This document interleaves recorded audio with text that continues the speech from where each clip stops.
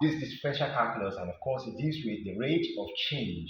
Composite function is just under differential calculus and is also known as function on function or chain rule. Now this is the formula for chain rule. This chain rule. Let's solve this question. If y is equal to that, find dy dx. So solution to that, we have y is equal to 3x plus 5 raised to power 6.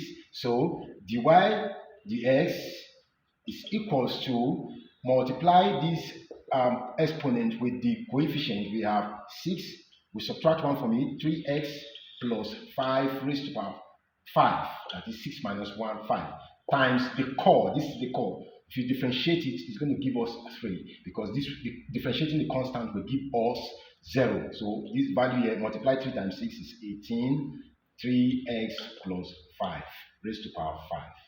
That is the answer.